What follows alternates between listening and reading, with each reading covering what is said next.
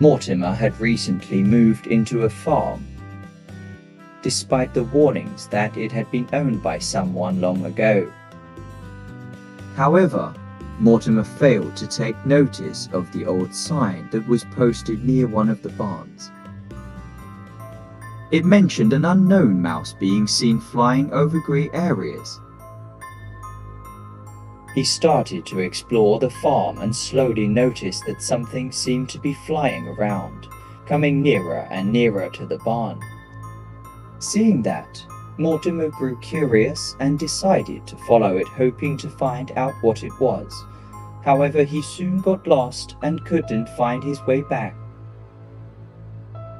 All of a sudden, the plane appeared and quickly parked itself inside the barn.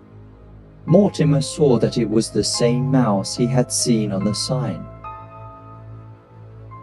The mouse noticed the poster of Mortimer and quickly ripped it off, thinking that Mortimer was trying to invade the farm. The mouse grabbed the sign and took it to the river nearby. With that, the sign vanished into the water. Mortimer was singing as he came back, but soon noticed that the poster was gone and the sign had disappeared. Noticing that, Mortimer started to get anxious and called out for the mouse. To his surprise, a ghostly voice appeared telling Mortimer that he had been trespassing on the original owner's property and that if he didn't leave, terrible things will happen. But he didn't know that it was actually the unknown mouse doing the ghostly voice behind the barn. Mortimer grew even more scared and quickly ran away. Now back to the safety of the forest, Mortimer stayed there until the plans regarding the farm had been sorted. He had learned his lesson not to meddle with other people's business.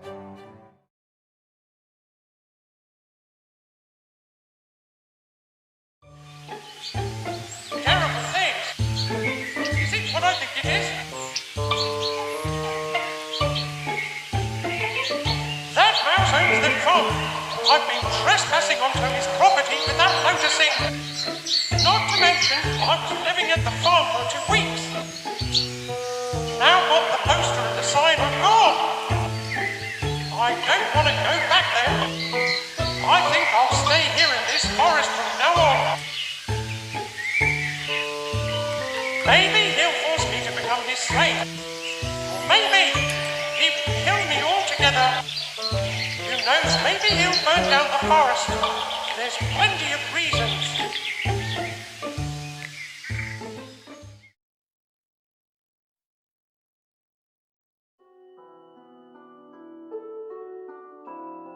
Plain Crazy, a cartoon of mine. Some people liked it, while others did not.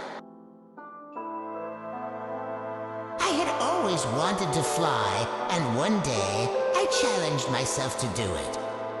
Me and some other people made a plane, but it didn't go too well. But eventually, we were successful.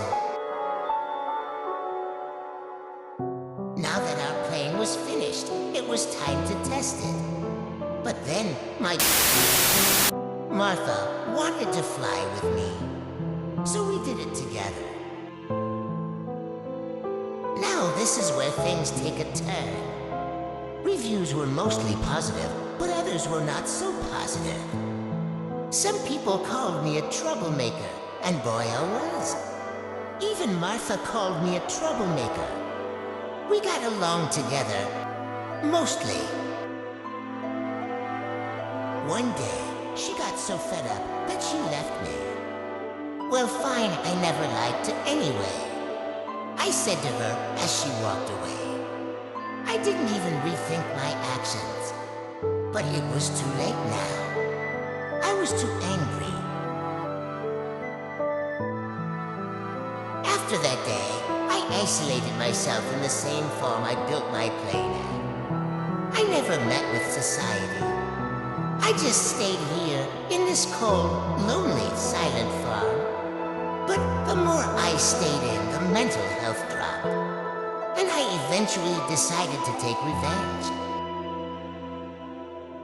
I walked over to the very same plane me and Martha flew in. I did some refurbishing on it, and soon took to the sky to get revenge on Martha. And that's where Mortimer came in. As I was flying in the sky, I was thinking what the revenge was going to be. But as it happened, people spotted me flying in the sky. They recognized me and tried to catch me.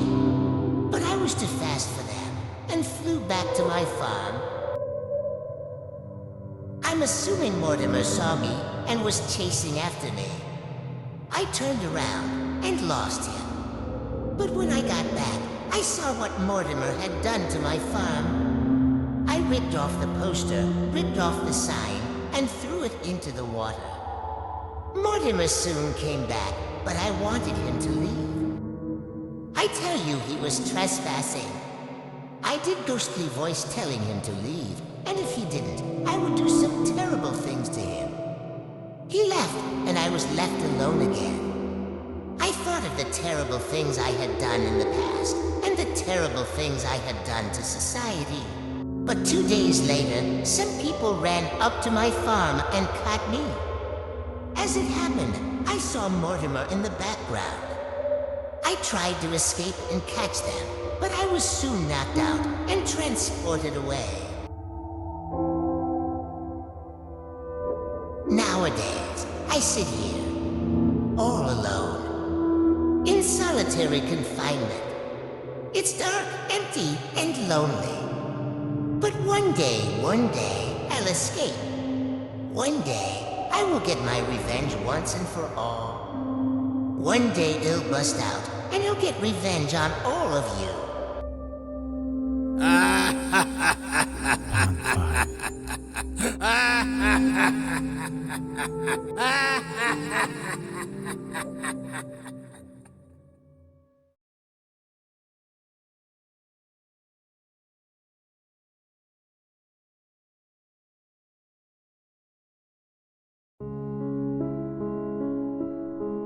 It's been a whole month since McCrawler got lost in Treasure Island, and Marcus was starting to feel bad. One day, he decided to go to Treasure Island, but at the same time, he didn't want to. Who knows what lies in there? The more he heard about it, the more bad he felt. Marcus decided to bite the bullet and go to the old warehouse. Marcus left the clubhouse and set out for Treasure Island. He soon passed by the dark house. He found the burning inside note in. Marcus has kept the note on his wall ever since. Later, he found a two-sided sign that read Warehouse. The other side read Islands. He had never seen the islands before, so he went down the island way. When he got there, it was great, with paths to different islands. But soon enough, he saw something in the distance. He swam down that way. There were many trees and a building in the distance. He then saw a ladder. He climbed up it and started going down a narrow tunnel. He then fell through and landed in an office chair. It was then that Marcus realized he had landed in Treasure Island by going through the vents. He quietly tiptoed through the building.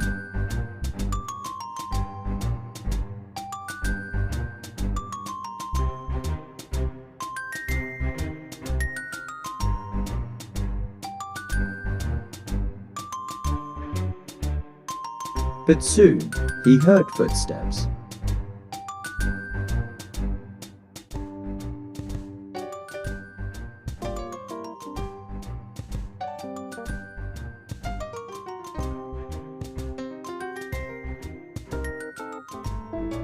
He found the dark hallway covered by boxes. When he saw the boarded-up entrance, something jumped out at him. It was Photo Negative Mickey. Marcus jumped back, startled. Photo Negative Mickey made weird noises that couldn't be understood, slowly walking towards him. Marcus then started to run away. P&M ran towards him. Marcus ran into some of the hooks, slowing him down. PHM saw the goofy head on the ground, feeling traumatized. As Marcus ran around, he tried to think of an idea. He then saw the same office chair he came in. He hopped on and tried to get jump into the vents. PNM was running towards him, screaming angrily. He then jumped towards Marcus, holding out his hands to strangle him. Marcus did a jump just high enough to reach the vents. Photo negative Mickey missed him and hit the wall hard. Marcus crawled through the vents again and found his way out. He ran away and soon reported Treasure Island to the authorities, feeling scared and traumatized.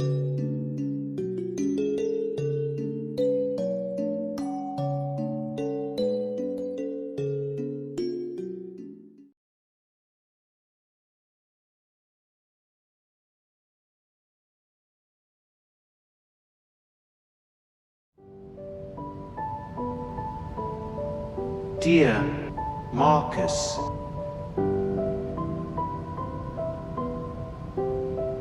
I am still lost in this dark hallway. I have no idea how far I've gone in, but you know what? I actually find it quite peaceful. No one to bother me, no disturbance, and no sight of any Treasure Island characters. I saw photo negative Mickey once when I entered Treasure Island, but I haven't seen him since. My only company are the rats that crawl around the place. They are quite friendly and don't bite or anything. If you see this letter, I'm sorry for burning down your house. I'm also sorry for all those bad things I have done in the past, but that's behind us now. Hopefully I can make it up to you, and hopefully I can see you again sometime. From Magrelo Mouse.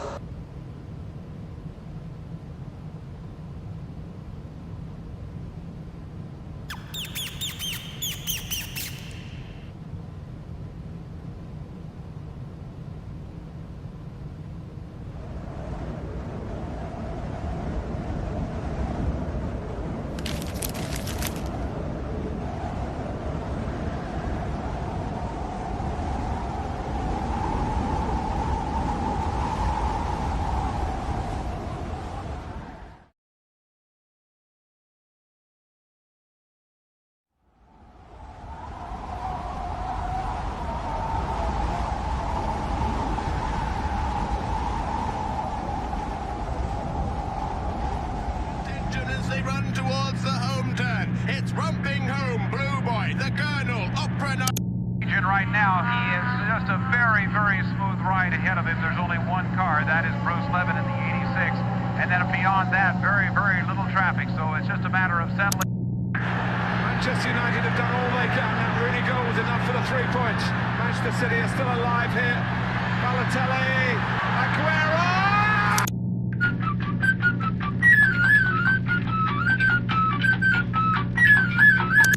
The unsettling warehouse and play place Treasure Island is now being boarded up. The last remaining character? Photo negative Mickey has officially been arrested and taken to jail. Witness and writing enthusiast Marcus H. Mouse reported the place to authorities a few weeks ago. No one has been reported to have been seen in Treasure Island. It is being boarded up and enclosed. Back to you, Jessica. Magrelo, he's still in there. The place is being enclosed. He is trapped inside. What now?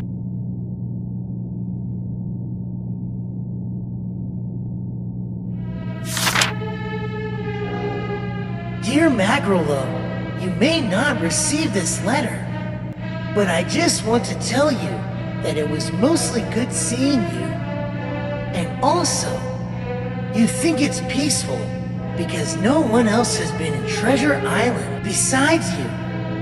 Photo negative Mickey was arrested. and I reported the place to authorities. So it may be my fault. The place is also being boarded up and enclosed. So you're trapped inside. I hope there's at least a mouse hole for the letter to be sent in through. I hope I can live on without you. From Marcus.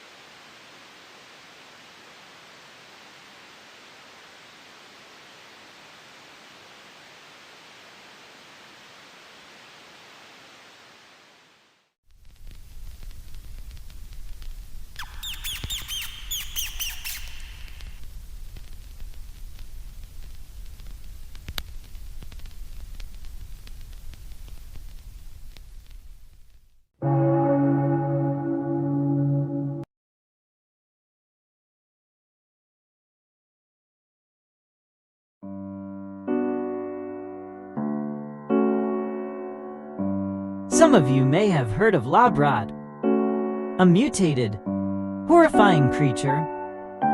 But what if I told you there's more to his story, and it's quite sad? Good evening or morning, you might have heard of me. I'm Marcus. I've lost a brother 1 week ago after finding out on the news. So, how about I tell you Labrot's story? It may be sad, but let's begin.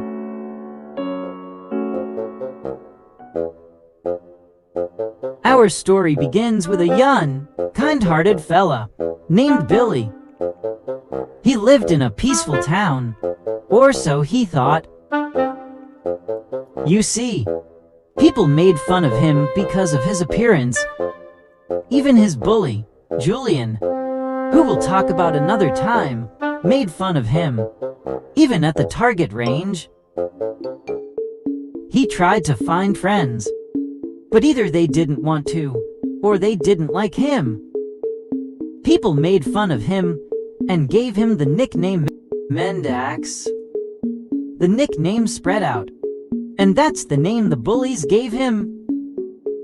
So, poor Billy went up to the bullies and told them, "I'm running away from society, and I won't come back."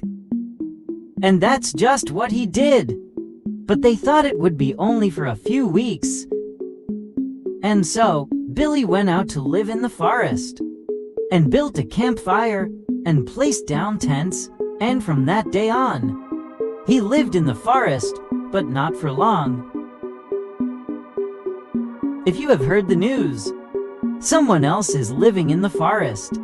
I heard they lived on a farm, but only for a week, since the farm actually belonged to the unknown mouse that terrorized society, and is now in solitary confinement.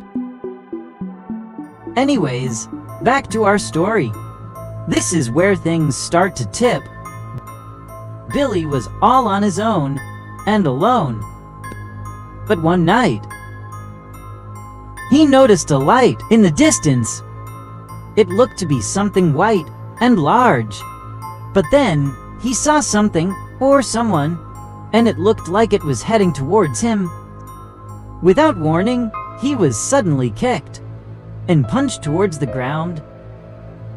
A group of workers screamed at each other, and after a few, they knocked him out, put him in their truck, and drove away to a mysterious place. When they got there, they parked their car outside. But they didn't know about the landslide that would come to the place that night. As it turned out, the group of people were actually scientists taking Billy to test out their new experiment. They stabbed the syringe onto Billy's hand. Billy was about to tell security, but he didn't know where it was. But after a few minutes, the liquid started to terrorize his body. Then, a large tail busted out of Billy's backside. The scientists talked to each other about it, and they approved of it, and walked away without thinking of what they had done. Later, they placed Billy in one of their chambers in case his body got too grotesque. His body got worse as his eyes started to become weak. A few days later, a friend of mine, Marco, was placed in one of the chambers. He didn't like the sight of Billy, the scientist's first experiment. He later got released. Unlike Billy, the scientists wanted to see how much the liquid could do. I feel like the two people who escaped from the lab could have gotten much worse.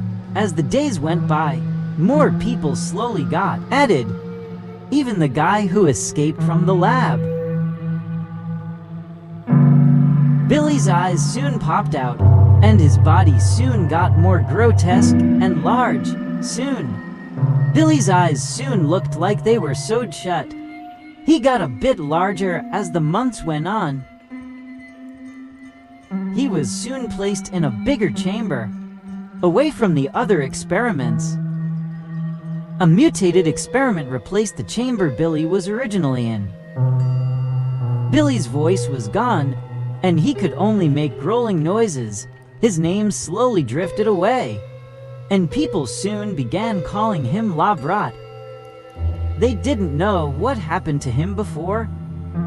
Billy soon grew angry. He wanted to get revenge. He wanted to get revenge on the scientists and the bullies. But he was trapped, alone, and he knew people would for sure run away if they saw him like this. He didn't know what to do. He could punch, but the glass was too strong. He could shout, but barely anyone could hear him. He now wants to be with society again, but his form was now too grotesque. It may sound like I'm making it up, but it's the cold hard truth. He's still in the lab. Hopefully he can get out sometime. But I'm not sure. But that's it for now. That's the end of his story. Good night.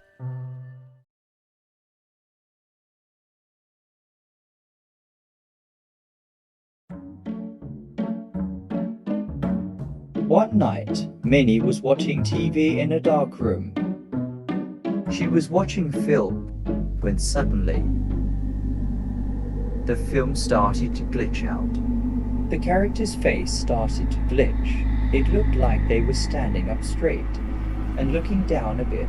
Eventually, the character's ears turned white, eyes turned sharp and evil-like. A white square appeared near their chest and was looking round.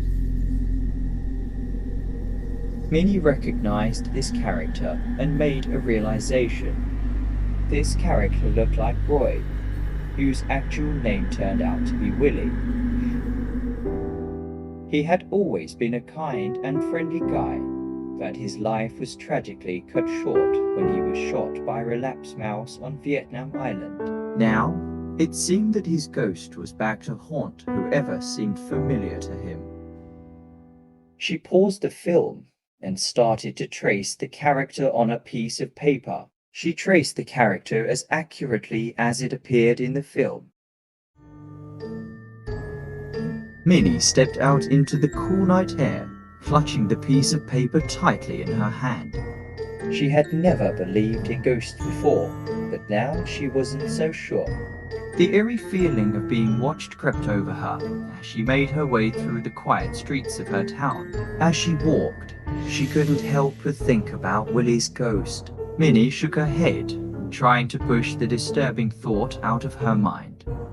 She needed to focus on finding someone who could help her make sense of what she had just seen. She couldn't do it alone. After a few minutes of walking, she thought of Marcus. She arrived at Marcus' house. She knew he was a bit of a skeptic, but she had to try. She knocked on his door, her heart beating rapidly in her chest. Marcus was watching a game show. It was about to cut to a commercial break when he heard knocking on the door. Minnie nervously opened it. His expression turned from confusion to surprise when he saw Minnie walking in from the hallway. He said with a smile, What brings you here in this hour? Minnie took a deep breath and showed Marcus the piece of paper with the strange, glitchy character. Do you recognize this character? She asked nervously. Marcus leaned in, studying the drawing carefully. After a few seconds, his eyebrows furrowed in recognition. Wait a minute. He said slowly, Isn't this Roy? The same one who died on Vietnam Island. Minnie nodded, relieved that Marcus seemed to know who she was talking about. Yes, that's him. She said, her voice trembling slightly. The two of them sat down on the couch. The game show was now in its commercial break, but Marcus didn't seem to mind. I've heard some reports of ghost sightings around town, but I wasn't sure if they were real. He admitted. But this seems different. Minnie told him that she was one of Willie's friends and that she's sad to hear him gone, but she was now afraid that his ghost may come back to haunt the town. Minnie listened intently as Marcus told her about his own experiences with Negrolo's ghost and how he was warned that he might haunt him if he didn't do the right thing. She shivered, feeling a chill run down her spine. After a long conversation, Minnie thanked Marcus for sharing his knowledge with her and walked out of the clubhouse. She knew that she had to do something to honor Willie's memory, feeling sad, but brave at the same time.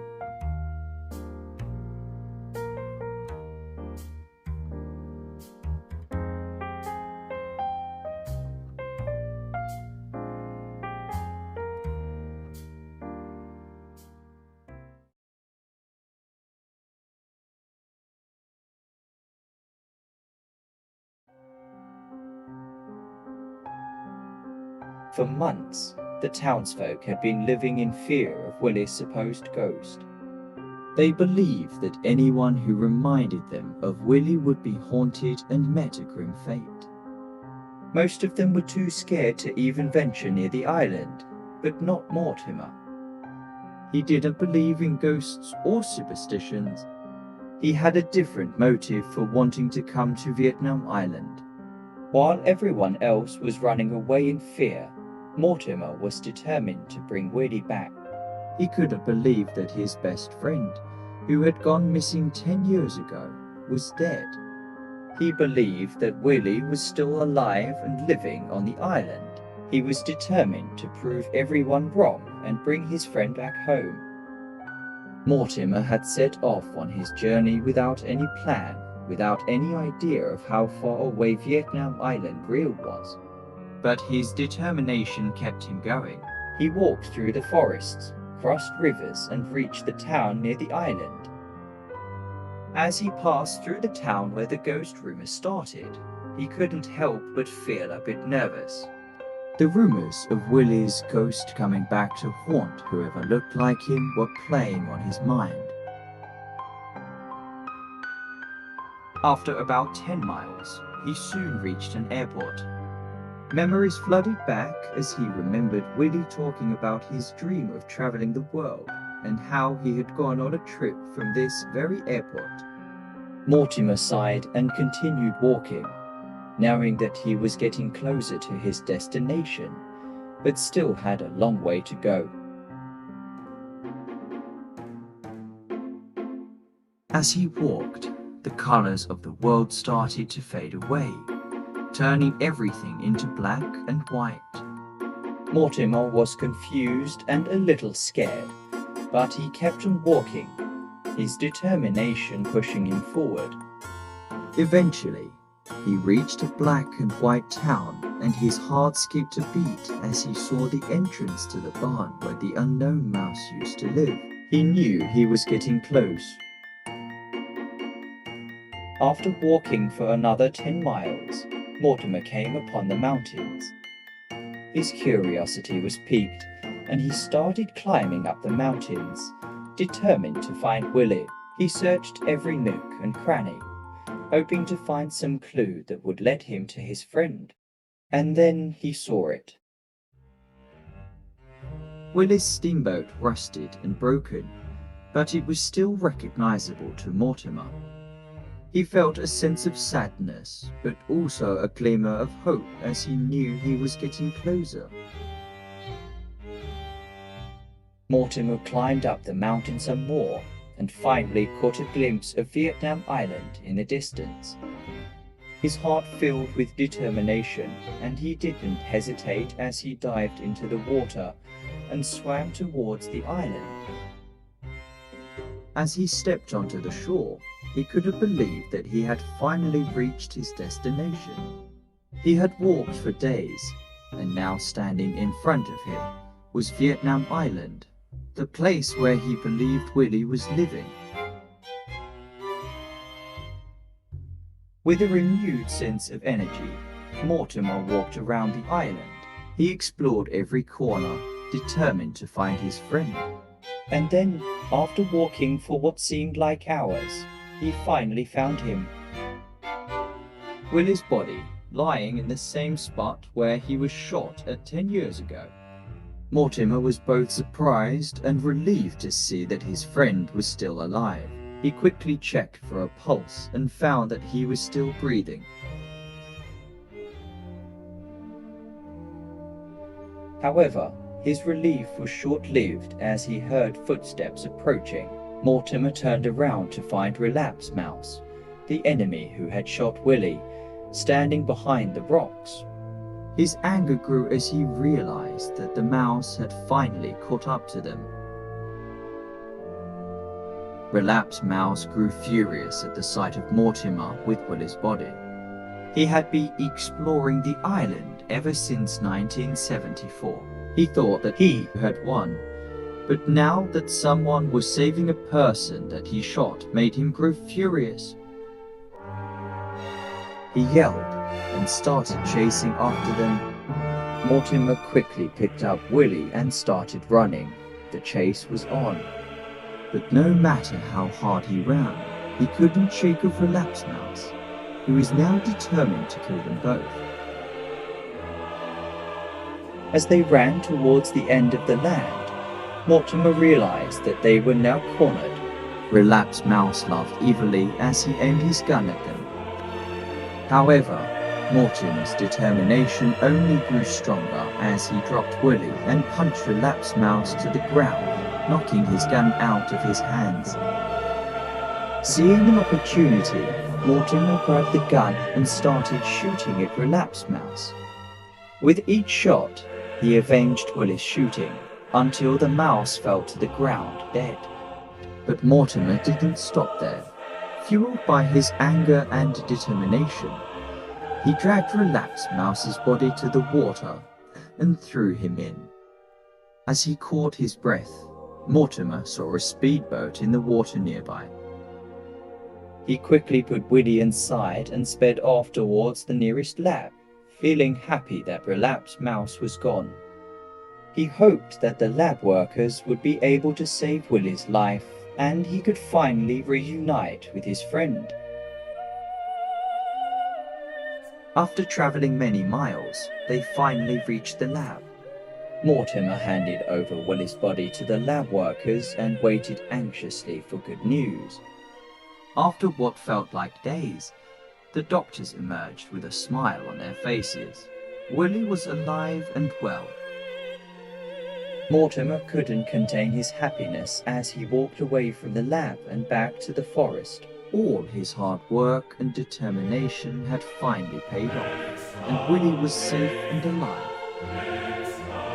The ghost rumors that had haunted the tow were soon laid to rest, and he was hailed as a hero for bringing his friend back to life. Filled with a sense of accomplishment, Mortimer walked into town, his head held high as his story made it onto the news. He knew that all the hard work he had put in was worth it in the end, and was now praised as a lifesaver. And as he thought back to his journey, he realized that it was his determination and refusal to give up that had led him to success.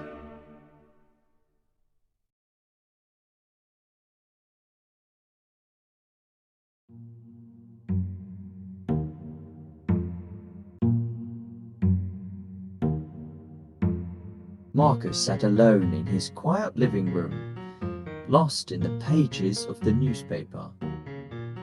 He had always enjoyed reading the daily news and keeping up with current events, but today, something caught his eye that made him pause. The headline read, "Lab experiment now praised as lifesaver." Marcus's eyes widened as he read the story of how a brave mouse named Mortimer had saved Willie from the dangerous relapse mouse, showing incredible strength and courage. But what caught Marcus's attention even more was when he saw a picture of the mouse.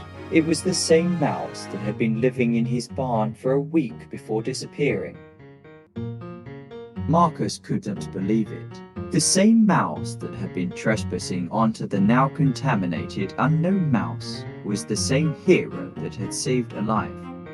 He sat back in his chair, deep in thought. He had always thought of Mortimer as a nuisance, constantly causing chaos in his barn, but now he saw the mouse in a different light. Feeling a sudden surge of inspiration, Marcus decided to go out and do an activity. He needed to clear his head and get some fresh air. He remembered how much he used to enjoy target practice with his old friend, McCrawler Mouse. But the thought of McCrawler also made him feel a bit sad, as he was no longer with him. Trying to push those thoughts aside, Marcus grabbed his bow and headed to the target range. He felt confident as he aimed for the targets, reminiscing about the good times he had with McCrawler. But as he shot, he missed. He tried to shrug it off, but with each missed shot, he could feel himself growing more and more frustrated. Suddenly, something inside Marcus snapped. His eyes started to twitch and his smile turned into a sinister grin. He continued to shoot, hitting the targets multiple times, but he couldn't shake off the feeling of going mentally insane. His teeth started to show.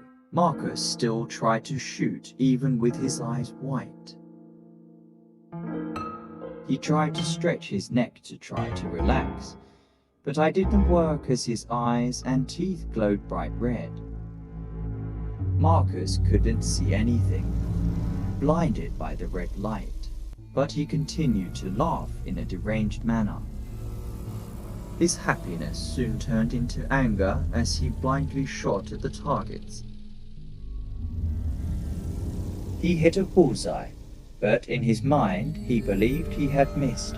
The anger consumed him, and he shot another arrow, not realizing that it was bouncing off the walls and heading straight towards him. The arrow pierced the side of his head, and everything went black. It was all a hallucination brought on by the stress and pressure he had been feeling, just like his colorful accident that had resulted in the contamination of the unknown mouse. This was another side effect of his mind playing tricks on him. Marcus woke up outside, next to a dumpster. He was disoriented and confused, not knowing how he ended up there. An employee from the target range approached him and helped him up, explaining how he had passed out during target practice. Marcus couldn't believe what had just happened. He questioned his sanity, wondering if he was losing his mind. He slowly made his way home, feeling lost and unsure of what was real and what was not.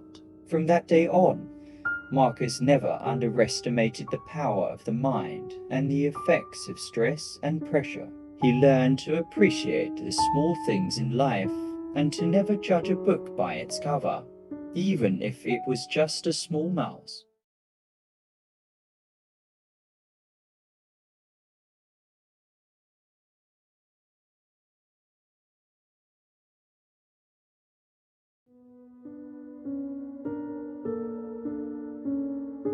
Marcus was walking home from target practice. It was a way for him to clear his mind and escape from the hectic world around him. But today, as he walked home from his usual target practice routine, he couldn't shake the feeling of uneasiness that gnawed at him. As he walked, he couldn't help but question his sanity.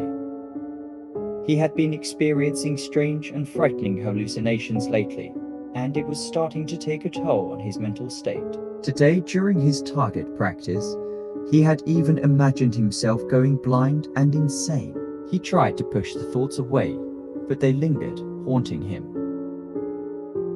By the time Marcus arrived at his clubhouse, it was already nighttime. He knew he needed to relax and get those dark thoughts out of his mind, so he decided to go to bed. As he lay in bed, trying to clear his mind and fall asleep, he suddenly awoke to find himself in a different place. The scenery around him was unfamiliar, yet strangely familiar at the same time. It was as if he was in a real-life house, and not his own clubhouse. Curiosity got the best of him, and Marcus got out of bed and began to explore. As he walked through the house, everything seemed normal. But when he stepped outside, he was stunned to find himself in a whole new world. He was in a neighborhood, surrounded by houses and trees. He looked up at the stormy sky, but as he stepped forward, he tripped over a brick wall and landed next to train tracks. Marcus had never seen train tracks before, but as he looked to his left, he saw something even more unexpected. Trains, not just any trains, but talking trains. Some were chatting amongst themselves, while others were looking around curiously. Marcus couldn't believe his eyes. A green B-12 engine named Barry noticed him and asked where he was from. Marcus stammered, trying to explain that he wasn't from this place and that he had no idea how he got there. A blue tender engine named Bob and a stern-looking engine named Gordon didn't believe him. Marcus was starting to think he was going crazy. But then he noticed a group of engines in a shed nearby. Two of them were talking. One was a friendly-looking engine named Edward, and the other was a blue tank engine named Thomas, who seemed somber and lost in thought, staring up at the sky. As it turns out, all of these engines were part of an alliance against a villain named Old Shape Henry. Thomas had just joined the alliance, but there was a catch. He had asked to join the day before, but Bob had told him to come back tomorrow. It was actually a test, but Thomas had shown up again, determined to prove his worth, and they had ultimately let him in. Marcus was fascinated by these talking trains, and he couldn't resist the offer when Thomas asked if he would like to take a ride around the railway. He hopped into Thomas's cab, and off they went, exploring the intricate railway and meeting all kinds of different engines along the way. But the peace and excitement were short-lived as they arrived at Knapford Station, where Old Shape Henry was resting. As soon as he saw Marcus, he started to aggressively question who he was. Marcus, still dazed and confused about where he was, could only stammer in fear. And then suddenly, Old Shape Henry began to speed towards them. In chaos and panic, Marcus started to run as fast as he could, Thomas trailing close behind him. Thomas tried to distract Henry by speeding towards him on the other track, but Henry was faster. He chased after Marcus, trying to run him over. Marcus could feel Henry getting closer and closer. He ran for his life, but he knew it was only a matter of time before Henry caught up to him. Henry was faster, and before Marcus knew it, the old engine had caught up to him and ran him over. Everything turned black and Marcus was consumed by darkness. Suddenly, Marcus woke up with a start, his heart racing in fear. He was relieved to discover that it was just a dream, but it felt so real. He couldn't shake off the feeling that it was more than just a dream, possibly a warning or a glimpse into an alternate reality. Trembling, Marcus slowly got out of bed and made his way to the window. He could see the railway tracks in the distance, illuminated by the moonlight. Unable to sleep, Marcus went back to bed and spent the night questioning what had happened. He couldn't believe what he had just experienced. Was it just his imagination, or was there something more to it?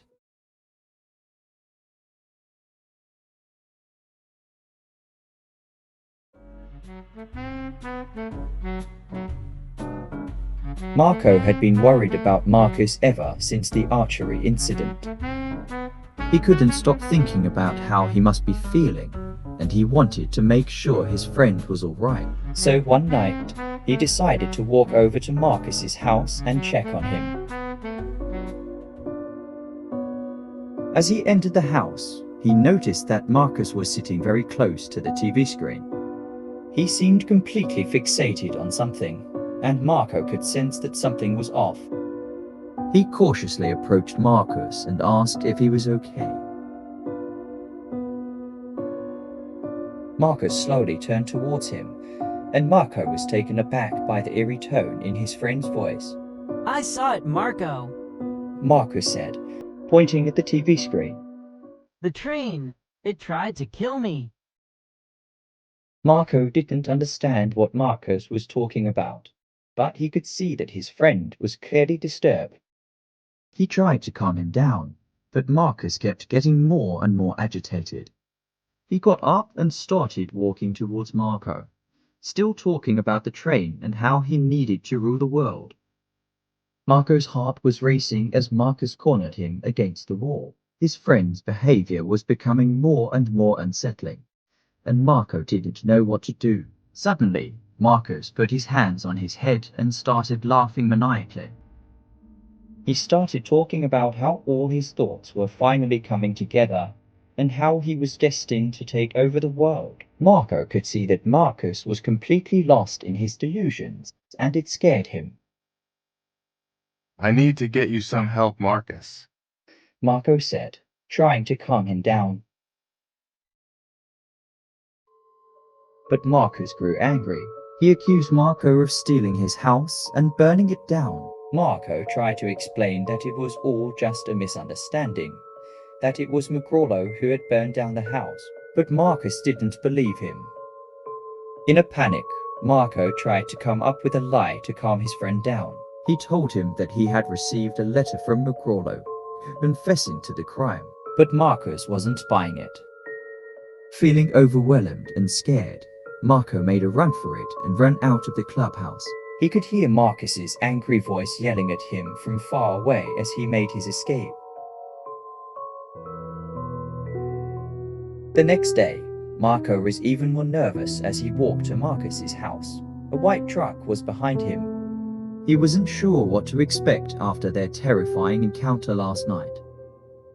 As he entered the house, Marcus quickly turned towards him. His face was twisted into an angry and eerie expression.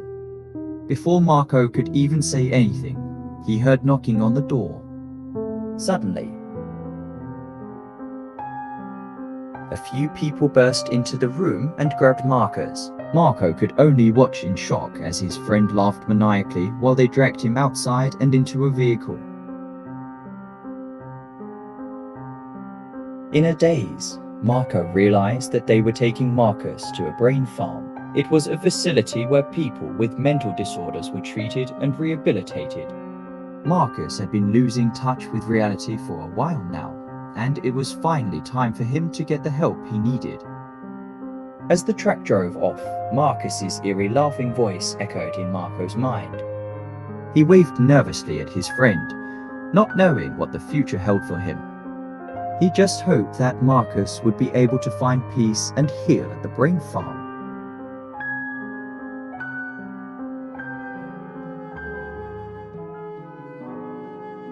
Marcus woke up feeling disoriented, but at the same time, a sense of curiosity and excitement coursed through his body.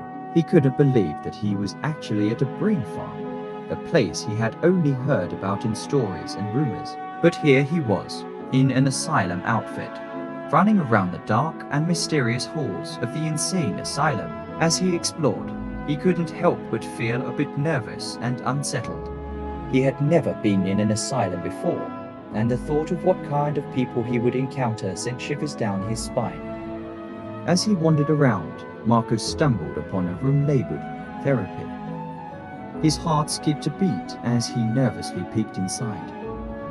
To his surprise, it was a meeting room where people gathered to talk about their problems and similar things. Marcus felt relieved that he wouldn't be alone in this unfamiliar place. He found a seat in the back and hesitantly waved at the other people there. That's when he saw an empty chair beside him, and his nerves calmed down a bit. But suddenly, the door burst open, and in walked a mouse in a straitjacket, with a creepy smile and an eerie laugh. Marcus couldn't believe his eyes. He recognized this mouse from the barn, the same one who was always causing trouble and seeking revenge.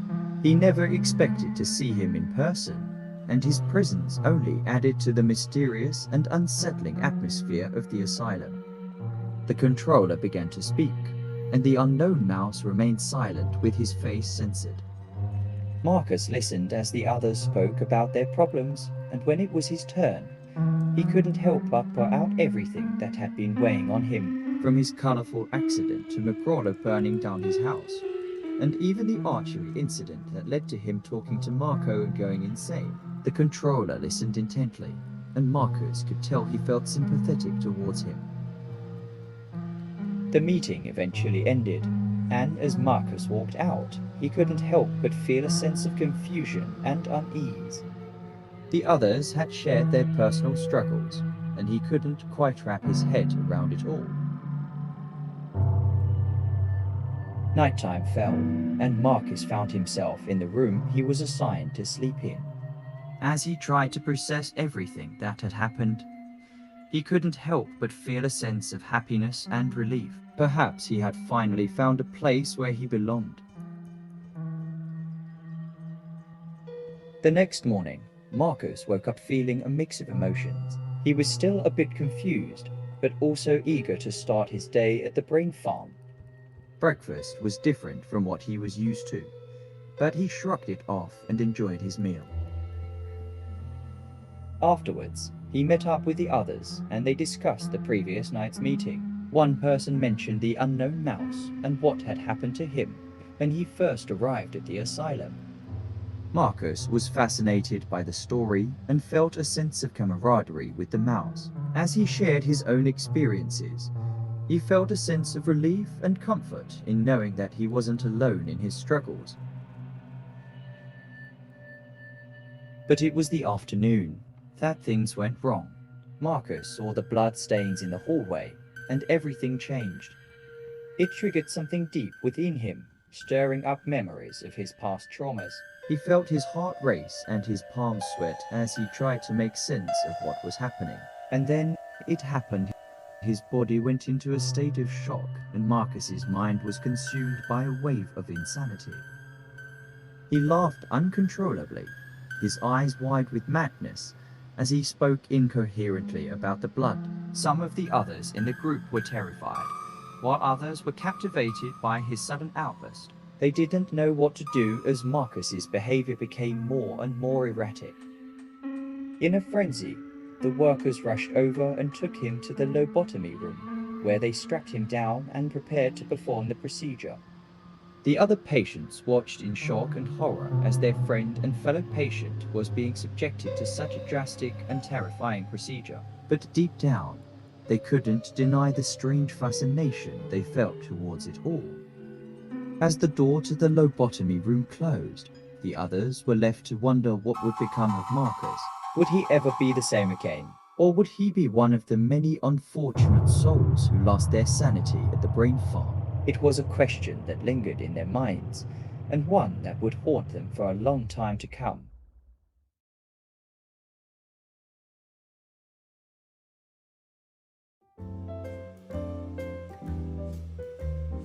Mortimer had been hailed as a hero for weeks now. After rescuing Willie, the beloved town mouse, from the jaws of a lapsed mouse on Vietnam Island, Mortimer had become a local celebrity. He couldn't walk down the streets without being greeted with shouts of praise and admiration. However, amidst all the celebration, Mortimer couldn't shake off a feeling of unease. It started when he made a visit to a town he had been to before with his friend Sad Mouse. But Sad Mouse was no longer with him. He had taken his own life after the last visit to this town. Now, being celebrated in the same town where Sad Mouse had met his tragic end, Mortimer couldn't help but feel a sense of guilt and sorrow. He tried to brush off the haunting memories, but they kept coming back to him like a never-ending storm. Seeking some solace, Mortimer decided to spend the night in a barn outside of town. But even there, he couldn't find peace. His mind kept wandering to the past and the trauma he had experienced. He had been to the abyss and back, and it had left a deep mark on his soul. As he lay in bed, trying to relax, Mortimer couldn't shake off the unsettling feeling inside him. He hadn't heard from his friend Marcus in a while. Ever since their days at the asylum, he wondered how he was doing, hoping that he had found peace and happiness. But as he drifted off to sleep, his mind took him to a different world. In his dream, he found himself in the underworld, standing before a large castle. In the castle sat the devil, surrounded by his army of minions. Mortimer's heart sank as he saw Sad Mouse chained to the ground in front of the devil. He had seen the devil before, but he had been thrown into a fiery pit. Sad Mouse had not been so lucky. He hadn't seen it coming and had passed away. But now, in Mortimer's dream, Sad Mouse was being held prisoner in the devil's castle. It seemed that the devil was not happy with just throwing him into the pit. He wanted to keep him trapped in his castle forever. As Mortimer watched on in horror, Sad Moose could hear the screams outside the castle. It reminded him of all the harm he had inflicted in his past, all the bad things he had done that had led him to the underworld. Mortimer could feel the weight of guilt crushing him as he realized that he was partially responsible for Sad Mouse's current situation. As Sad Mouse begged to be released, trying to break free from his chains, the minions reported the situation to the devil. Even they seemed uneasy with the devil's actions, but the devil ordered them to leave and went outside himself. Left alone, Sad Mouse grew more and more despondent. Hours passed, and he was still unable to break free from the restraints. He couldn't help but think of the time he had spent with Mortimer, and how things could have been different if he had made different choices.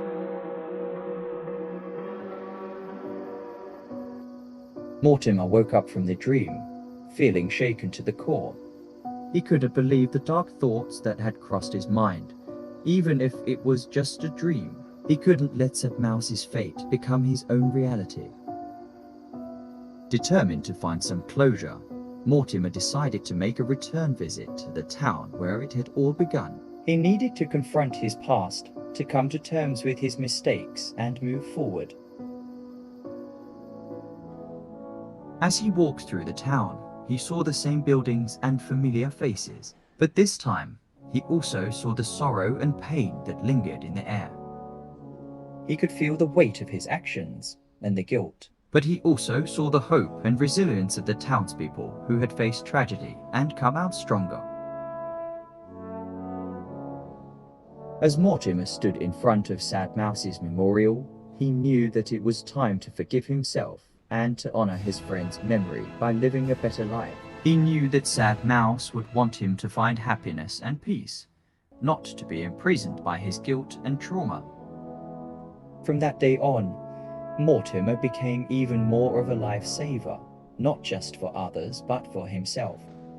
He made a promise to always remember Sad Mouse and to keep his memory alive by being the best version of himself. And as he walked away from the town, he felt a sense of peace that he hadn't felt in a long time.